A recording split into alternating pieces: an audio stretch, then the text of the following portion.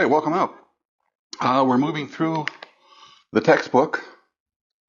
This is a textbook that is asking the question, education, a waste of time, and there's a lot of things that you need to know in order to save time and money. A lot of people just go off to college without much thought beyond, I'm going to get a degree. You don't want a degree. That's not what you want. You want something that's going to afford you the opportunity to maximize your potential value, which translates to income, which translates to career. All right. So that's how you have to think. There's an old adage in which an individual mentions that he needs a drill, right? Goes to the hardware store and says, I need a drill. In actuality, he doesn't need a drill. He needs a hole. The drill is just a tool. The degree is just a tool. It's not the end all. It's not the cure all. If you get a degree, it's not going to give you everything you need. Most people graduate with degrees still lacking considerably. Ask any employer and think about it this way. Schools are on the receiving end of the money, right? So they might not be as stringent in requirements in taking your money, okay? But if you're working for somebody and they have to pay you money, they're going to be much more careful about who or whom they hire, right? Keep all that in mind. So you have to, and many employer has complained that most college graduates, we'll just stick with the college grads now, which is about 30% of the population. That's where you want to maximize your potential. Sure, we've talked about this before, college degrees, a waste of time. No. Have they deteriorated in value? Yes, because of a glut on the market and also because people really don't obtain them without much forethought other than I'm going to get a degree. They don't know or don't care. The parents don't know or care. Even teachers themselves at the school and college level really don't know what's going on. Everybody just kind of puts their head down and goes about their business. Teachers teaching, as long as they feel that they're teaching their material well, they don't have to look at the bigger picture or see what's going on across campuses across the United States, right? I've looked at all this and the picture is not pretty, right? So you have to keep all of that in mind. You have to really do a good amount of thinking and research, and we'll talk about thinking. We fall right into chapter 6, critical thinking and the intuitive mind. Reflect and release to critical insight, okay? So once I started thinking more thoroughly, rigorously, honestly, courageously, these are all the terms used to describe critical thinking. People think critical thinking is just all cold, academic, doesn't have anything to do with the human being or human nature, but it has a lot to do with human nature. As a human, you're ingrained with certain biases, right? You grow up in a red state, a blue state, you grow up in a particular home, you're attending a certain church, you're not attending a church, you're totally opposed to religion, you're for a particular religion, you've got political philosophies, you've got economic philosophies, you've got life philosophies that come from your mom and your dad and your significant, those who are significant in your life, family and friends who influence you. So there's a lot going on, and not all of it is right and not all of it's wrong. It's kind of somewhere in between, right? And ultimately, really, you have to find out what works for you, what works best for you, right? It's not neat. It's not pretty. So it's a little sloppy, okay? Figuring yourself out, figuring out who you are, and then trying to match that to a degree and then to acquire a certain amount of knowledge and skills and attitudes, for sure. Those are very important as well. But you really have to think it through. That's why this coursework is so essential. We're getting to the end now, and then chapter 7 talks about wrapping it up, and I'll get a little more into that wrapping it up stuff, kind of what I'm doing now, when we get to chapter 7. All right. So what exactly is the critical intuitive mind? Critical thinking is just going deeper, right? Going beyond the surface, you can practice this almost anywhere. A great place to practice critical thinking is online. Watch a video, read some comments, and just see how inaccurate or how biased or how blind a lot of people are in their thinking, right? I watched a video some time ago, and this young man was being arrested, and a policeman came over. Usually, when you get these videos, first and foremost, right? Usually, when you get these videos online, they're very short. You might get 10 seconds, 20 seconds, half a minute, right?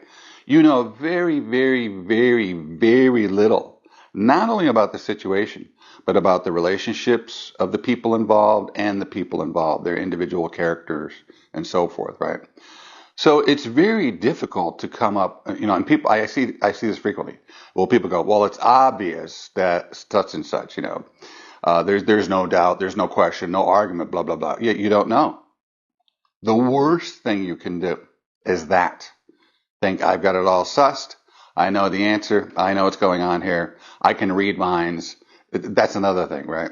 People will see like celebrities online, and maybe they exchange for half a second, or maybe there's a picture of them.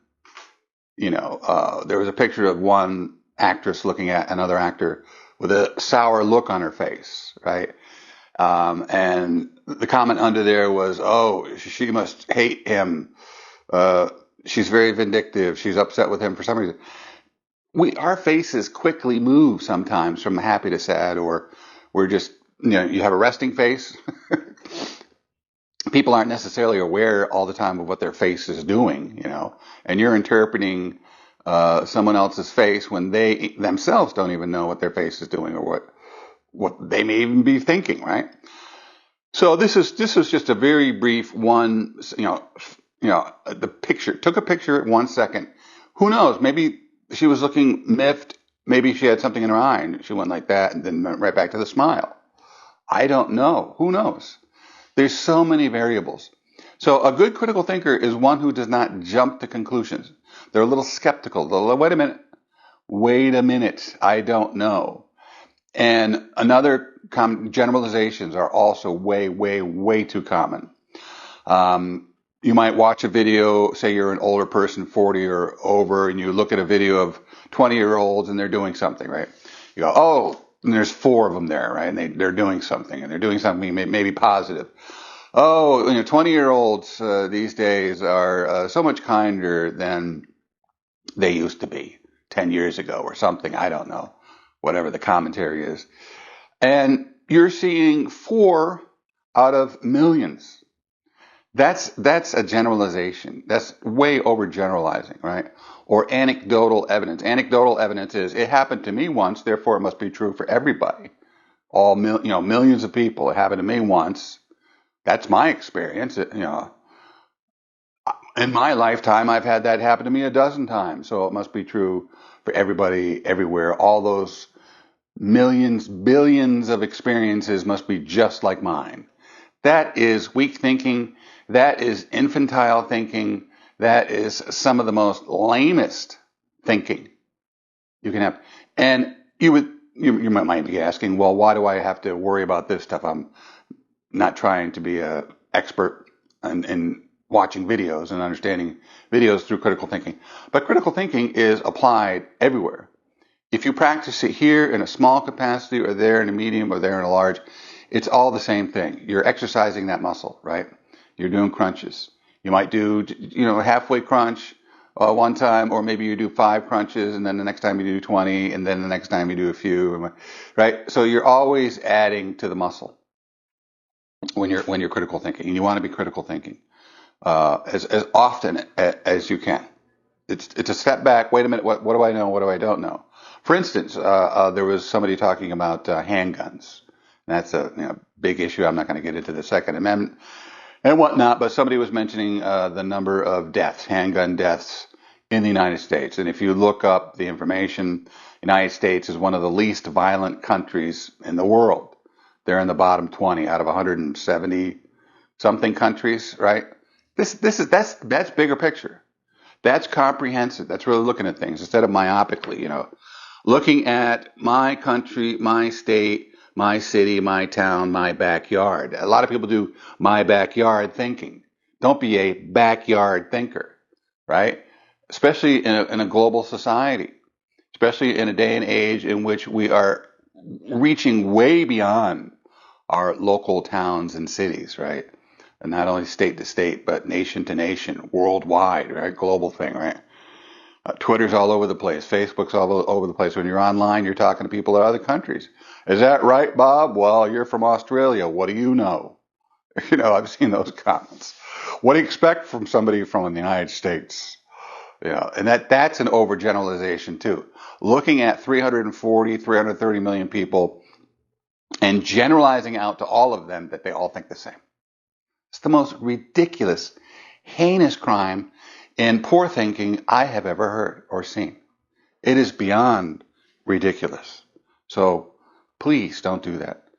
Employers are looking for good critical thinkers, honest thinkers, humble thinkers, giving thinkers.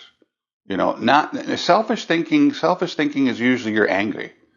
You're always just trying to prove your point and push your pride above and beyond everything else, right? I'm pushing my pride. I got to be right. I got to be right. No matter if, you know, this issue that I'm looking at has been researched 1,000 times and 998 times. What I'm saying has been proven wrong. I don't care. I'm going to go with what I feel because people do that. I don't want to give up what I believe. I've been believing that for some time. I have some investment in what I believe. That's terrible too. I'm not saying it's easy. I'm not saying I do it all the time. But the best way to do it is to do it right. Right? To think things through thoroughly, accurately, comprehensively, the bigger picture. So, anyways, in dealing with that gun control issue, somebody said, you know, X number of people, I don't know, say 1,000 people are killed each year via handguns, right? And I said, well, if you look at the number that die every year, it's about 3 million, 2 to 3 million deaths in the United States every year. Mostly, not very few, infinitesimally small number from handguns, right? Most from what? Cancer, hypertension, right? So I think we would how much time do we spend on getting online and preaching about and advocating and supporting for better diet or better health regimens, right? That's where most people are dying. If you're so worried about if death is the issue, you know, not just death by guns, but if death is the issue, and this is what I argued, then why don't we look at the bigger issue and focus there? People don't do that. Why? Because it's not sexy. It's not a political flag that they can wave, you know. I can get behind gun control. I hate gun control if I'm from one party, and I love it if I'm from the other. And if I hate gun control and you love it, I hate you and I hate your party. You know, you want to work out and be healthier and eat better. Who doesn't? I can't. We can't get divided on that. There's no political power there, right? So you see how this stuff works? It's crazy. It's a crazy world. But if you really understand how things work, you, my friend, will be the one in charge, large and in charge, right? As they say. Not too large. You know, you want to put the fork down once in a while. But anyways, so that's, and the intuitive mind, Einstein said there's a lot of stuff online, especially famous quotes by people, famous people about intuition. And Einstein said intuition is everything, right? Without intuition, nothing would come to light, right? Intuition is the leap of logic. It's you've got all your knowledge, you've got your facts, you've done your reading, you know you've done your research, you know your subject down, inside and out pretty well, and blah blah blah. But inevitably, you're a human being, so you're going to be limited in your ability to understand a lot, right? Even the smartest people, Einstein knew his limitations. That's smart. That's humble. That's good critical. He was a great critical thinker. If you look at what he says about thinking and the human condition, great. Read about him. Read him. I don't know a lot about the science. I've read the science. Yeah, I read a book of his on mathematics. I read a book of his on quantum theory, but I don't understand that stuff. I don't have a scientific mind. But the thing that I really ended up enjoying and liking and profiting from was just his ability to think clearly, logically, comprehensively, objectively. That's hard. This is all hard to do. It's not easy. And sometimes you have to be brave to stand above the fray and say, you know what? I know y'all say the king looks great, but he's actually not wearing any clothes. Remember that story? It was only the little kid that said the king isn't wearing any clothes, and he used to run around town with nothing on. That's a great story. So the intuitive mind,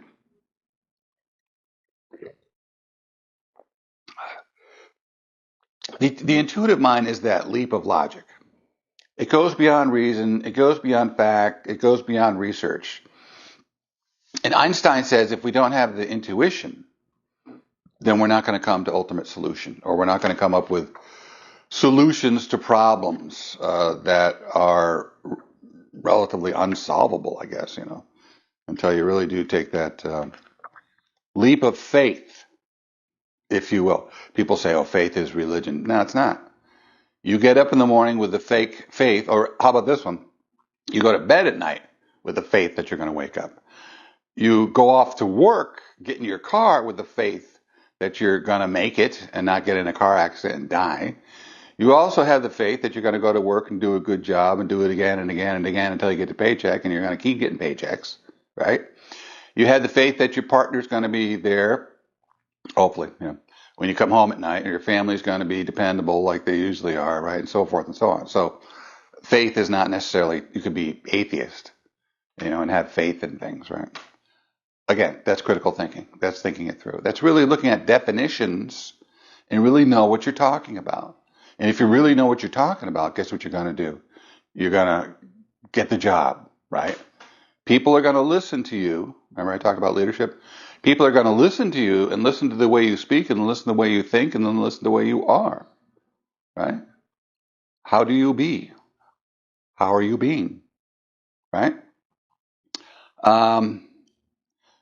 And then it talks here, this section, and I'm not going to get too much into this because it would be more than is required right now. Maybe at a later date, I'll get into this in more detail in a particular video. How do you tap into the creative, intuitive mind? Well, a lot of it is just overcoming preconceived notions. Free your mind, right? Don't be so narrow-minded. Don't be so biased. Don't be so prejudiced, right? Because a lot of time, prejudice is just preconceived, right? You have a preconceived notion that a person is this way, a place is this way, people that live there are a particular way, young people are like this, old people are like that, right? You've already judged, you've already come up with a solution, an answer, based on nothing more than a feeling or maybe a few anecdotal situations, little anecdotal evidence, and you still haven't experienced thousands or millions of other people out there of that particular group that you're biased towards, right? And this happens all the time. You maybe hear something from your parents or watch a video or read something, and you don't even experience that group. You don't even go to that area that is being discussed or talked about. And you don't know. You really don't know what's going on, right? So you need to know what's going on. And if you don't know what's going on, say, I don't know what's going on. I'm going to have to look into this a little more detail. Really, really stop, slow down, stop if you need to, and think. Think it through. Ask yourself questions. Do I really know that that's true? Do I really know the answer? How much do I know? How much do I don't know? Consider this. We're all equal in our infinite ignorance, right? Even if you're an astounding genius like Einstein, he still only knew a small bit in a particular niche within a particular discipline. Even he said that no theory, especially one of complexity, is absolute or 100% right? He knew that, at some point later, After he died, his theory of relativity and many other theories, uh, you know, would come to an end or be modified in some way, shape, or form. Right. So that's it. Next chapter I'm going to get into is chapter 7, which is now what. Let's put it all together. I was going to make a separate video, but since we're here, let's do this. Right. All right. First we took a look at you. Right. So this is just a summary. We took the look at you. We looked at your strengths, desires, abilities, and so forth. Who are you? If you're going to have a career, if you're going to go off and work a series of jobs and building a career, you really got to know you. This isn't just I'm going to get a job for the summer. In that case, you really don't have to know you. I just struggle through it. Most summer jobs are crap anyways. Right? I've worked construction. I've worked in retail. I've worked all kinds of crappy summer jobs while I was in school and college. But if you're going to be going into a career, you study and you spend a lot of time and money preparing yourself for a career, which is jobs, a succession of jobs, building one upon the other, right? Layering, right? Then you really have to know. You have to do it right. You have to do some research, background research. You have to understand yourself. What are your basic innate natural tendencies, inclinations, leanings? What are your strengths? What are the things that you do best? What are your weaknesses? Work on fixing those, shoring those up. And a lot of those have to do with character flaws or weaknesses that all humans have, not just you. It's not just individual character flaws, but systemic human character flaws. And we all have them, right? Second, we took a close look at finances, what you'll need during the working years and what you'll need for retirement. So again, I really don't know if we took that close of a look. We started to look at it. And again, I am not a financial consultant advisor, so I'm not going to give you advice. You're going to have to go to an expert for that. But people talking about savings, save for a rainy day, you can't really save anymore. Not, with interest rates at 1% or less. And meanwhile, inflation's at 3%, So with savings, your inflated dollar just inflates a little less. Big deal. You have to invest, right? So investing means that you're going to get 5, 10, 15, 20 times more the value of that dollar in your investments, right? That's what it's all about. Third, we learned about the dire need for the 14 immovable laws of success. We talked about those. I don't know. I think I have a video already put together, but this bears repeating. And I think I'm going to put another one together, one that is based in the textbook. I think I did Napoleon Hill's 16 Laws of Success. But I think what I'll do is I'll make a more modern version of it, something that's more attainable,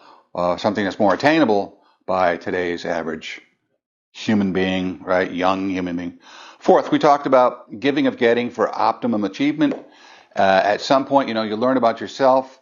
You learn about your basic innate natural tendencies, skills, and gifts. You take your Briggs-Myers typology test. You really start to understand your personality type, who you are, blah, blah, blah, right? You might have taken a little bit of a look at your education. What did you get in high school? What didn't you get that you need for the workplace or for life in general, right? This is career and life. They're both very connected. And you want to make sure, all of that is in place for sure. You get that in place. And then you start building some type of education, skill acquiring and building an attitude acquiring and building program for yourself. Or maybe I can help or somebody can help or whatever. You got to do that so that you're a stable human being, bottom line, and then also a stable employee. And then you once you understand that, that's kind of like the foundation of it all, right?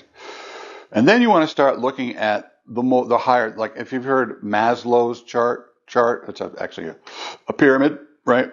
Maslow's chart or pyramid of needs, right? And as you move up to the top, you start to work more towards actualization, right? Actualization. It's more of the philosophical end of things, right? So that's what part 4 is, more of the philosophical thing of your career building.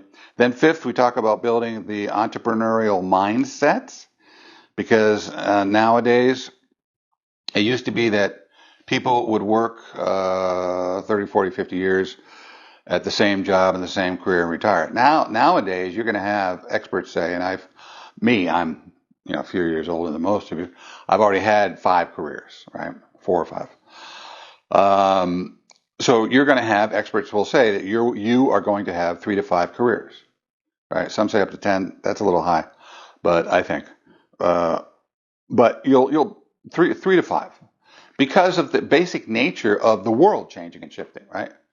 Back in the late 80s, early 90s, we had the wall come down in Germany, East Germany, right? And that really changed not only the political environment, but the socio-political environment and the economic environment, right? A lot of things changed in the technical fields. The military military industrial complex wasn't needed as much. And also when Russia broke up, used to be a Soviet republic, then Russia broke up, into individual states, more or less. That really began to change things. It changed the socioeconomic status of the entire planet, right? COVID changed things. So there's some major shifts in work markets or in the economies when we have major political or social shifts, right? Keep that in mind. But then there's also the individual shifts within ourselves. I change, I've had 4 or 5 careers. Some of those careers were, I'd say 3 of those were by choice, but 2 just happened because of things. I was working in Boston. I was a computer programmer back in the 80s, late 80s or so. And, the Berlin Wall came down and that changed things. A lot of military contracts went to the wayside. GE and Pratt & Whitney, basically. But then that trickled down to all the other technologies who were supporting those military technologies, right? And I was working for Braun Incorporated. They make the coffee makers, kitchen products. And that came to an end. It was the basic LIFO method in accounting. Last in, first out. I was one of the last one, lowest in seniority. I was one of the first ones out. I was there 9 months and then gone, right? Because they downsized. Because they didn't need all those employees because the economy was downsizing in general, right? So the trickle-down effect affected me and affected others. I remember working on the weekend, stuffing mailers or working part-time, raising funds for nonprofit organizations via the phone and working with engineers or accountants and other white-collar educated people, right? And we were out on our butts. We didn't have jobs. So we had to work 2 or 3 until we got back up. All right, so building the entrepreneurial mindset, you've really got to work at that because it's all about understanding the lay of the land. You're not going to work 10, 20, 30 years at the same job. Might work, some will, most won't, because of the creative destruction of capitalism. Capitalism is about the next latest, greatest product and or service. That means there's going to be turnovers in the economy naturally, right? They're going to occur naturally. But as I said, outside events also push things, political events, economic events, world events, right? Push things, change things, right? So you have to be on your toes. That's why you have to have an entrepreneurial mindset. What does that mean? That means I'm not going to be in the same job all the time. I might be working for other people, but because I'm shifting, going from one job to another, from one career to another, I really have to prepare myself for the intangibles. I have to maybe prepare myself for downtimes, right? I did. I've had several downtime periods in my life, work goes away, your health goes away, things change, your enthusiasm goes away, whatever, right? So be ready for change. Change is inevitable. It's going to happen. So you have to prepare for change, right? And the entrepreneurial mindset does that. You're basically, I say you have to be modular, right? A lot of the stuff that I'm talking about is already encapsulated in what I'm going to tell you here, right? You have to bring certain skills, knowledge, and attitudes to the table that you can kind of plug in, unplug as you're going from one job to another, one career to another, right? You have to have good almost any job is going to require certain things: good critical thinking skills, good thinking skills, being patient, working well with others, hardworking, being on time, finishing the job, doing more than you're asked, all that Napoleon Hill stuff, right? So you are going to definitely have to build your entrepreneurial set of skills, or toolbox, I guess. That's the old cliche, right? And that's basically it. So where do you go from here? Well, keep hanging out, keep listening to my videos, keep your nose to the grindstone, keep your ear bent and tilted to the wind. You kind of have to stay on top of things, right? And we'll have more discussions about more things as we move forward. And one last point of note is that there are many people. This book that I would suggest you read it. This book that I've had my students read and my clients, Common Sense Economics, talks about the fact that the majority of people, even in business and politics, are economically ignorant, right? And if you listen to politicians speak, like the current set of politicians, some of them know what's going on, some of them have no clue. Some of them may know, but they're pushing an alternate agenda, one that doesn't fall in line with what the economic indicators are saying. So I'm going to push against those. I'm going to push against the truth and push against my knowledge and say something else, so that I look, we look at the administration, or I, look in a better light, or something like that, right? So you have to keep that in mind. You really have to keep working at understanding things, using your critical thinking skills, your observation skills, maybe every day. And I do this every day. I get on the internet and I read MSN News, right? I see what's happening out there. I see what's happening in the political realm. I see what's happening in the social realm. I see what's happening in the business realm. And I'm not saying, sit down every day and spend hours and hours. I'm probably on there for 45 minutes a day, right? In the morning, just sifting through the articles and see what's going on out there, things that would affect me or my clients or my students, right? And keeping an eye open, right? And also understanding what I need to understand.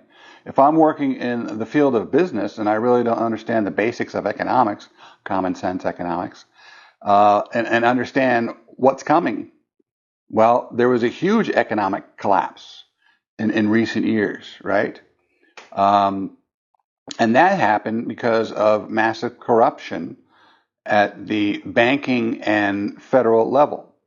Politicians were in on it. They knew what was going on, but many of the bankers were also aware of what was going on. And I just watched a film in which DuPont happened to be the evildoer in this case, letting a chemical, it's Teflon, or C8, there's another term for it, proliferate and spread throughout the world now, where 99% of living entities in the world have this potential killing chemical in them, right? Many people have died from cancer because of this chemical. So a lot of industries don't care. If money and power and politics are involved, they really don't care. They really don't care. And when we almost had an economic collapse, right? Because of what Wall Street was doing. And Wall Street was investing poorly. They knew what they were doing, right? They were stacking mortgages one on top of another, and they were selling to rich people, because who's going to buy an investment vehicle that has hundreds or thousands of mortgages in it, right? So we're talking about the blue chip people. Only those millionaires and billionaires who can afford it are investing in these tranches, which is just a layer of mortgages, right? And eventually they were selling, but they ran out of A level mortgages, so they went to B, double B, triple B, right? And eventually it caused a serious problem. In order to pay for their mistakes, close to $1 trillion was borrowed by our government, paid by us through taxes. in order to bail out banks so that the economy would stay alive, so that the banks would stay alive. And some said, well, we should have just let the banks collapse. The subprime mortgage industry was the major criminal here. But what's interesting is nobody went to jail or prison because of that. And I will once in a while watch CNN or C-SPAN actually, and listen to what's going on. Congress will always have indictments and meetings and questionings and going on. Some of them sound pretty serious, but nobody ever goes to jail. Nobody ever goes to prison, right? Think about that, right? There's a reason why that happens the way it happens, but I'm not going to get into the politics of that. Anyways, that's the book for now. As we move forward, most of the things that I touch upon will at the foundation be smattered with a lot of that which comes from the material that comes from this book will be at the foundation of a lot of what I talk about. So that's it for now. Until next time, take care. Be good people. Bye-bye.